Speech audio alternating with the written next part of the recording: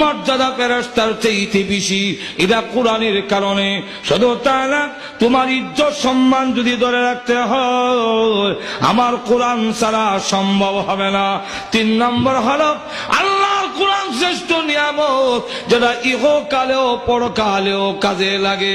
ভাইরা আমার, লক্ষ্য করে দেখেন, কোরআনের সাথে যারই সম্পর্ক হয় তার দাম বেড়ে যায়। যেই কারের সাথে কোরআনের সম্পর্ক ওই কারের দাম বেড়ে যায়।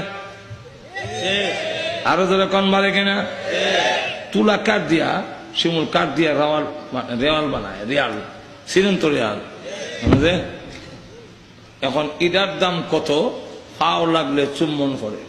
আর সেগুন কাঠ দিয়া আমরা বানাইছেন খাট পালং, বাচ্চারা পেশাব পায়খানা করে নষ্ট করে, কোনোদিন তারা চুম্বন করে না। এই সমস্ত যখন কানের কাছে গিয়া পড়ে ইয়াসিন,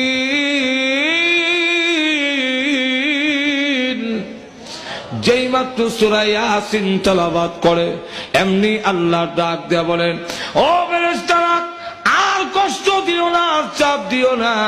সূরা ইয়াসিনের তেলাওয়াতের বরকতে আমি আল্লাহ এই মুহূর্তে তার মরণের কষ্ট মাফ করে দিয়েছি। ওই দিন আপনাদের বোঝ হবে আমার ওয়াজ।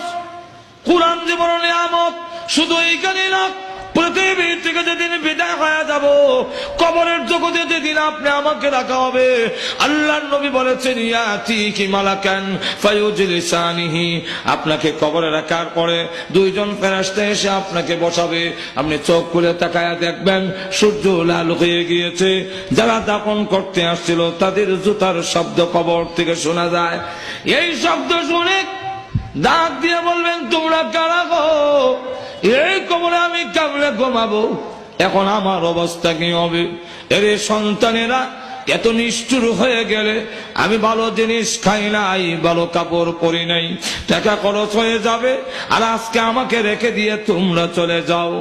এমন সময় টাকা দেখে একটা পাখি তার মুখের মধ্যে গিয়ে বলেছি, 2টা পাকা প্রহস্ত করে দেখে বলে, ভয় করো না, দুনিয়ার সকলে তোমাকে ছেড়ে দিল, আমি তোমাকে ছেড়ে দিব না। তখন মুর্দা ডেক দেয়া বলবে, আপনি কে গো? একটা পাখি হইয়া আমার কবরে আসছেন, আপনি কি পারবেন 2টা পার ফিরাতে? এমনি ডাক দেয়া বলে, হে কবরবাসী, তুমি আমাকে চিনতে ভুল করেছ, আমি দুনিয়ার পাখি নই, আমি আল্লাহর কালাম পাখির সুরে তোমার কবরের ভিতরে ঢুকেছি।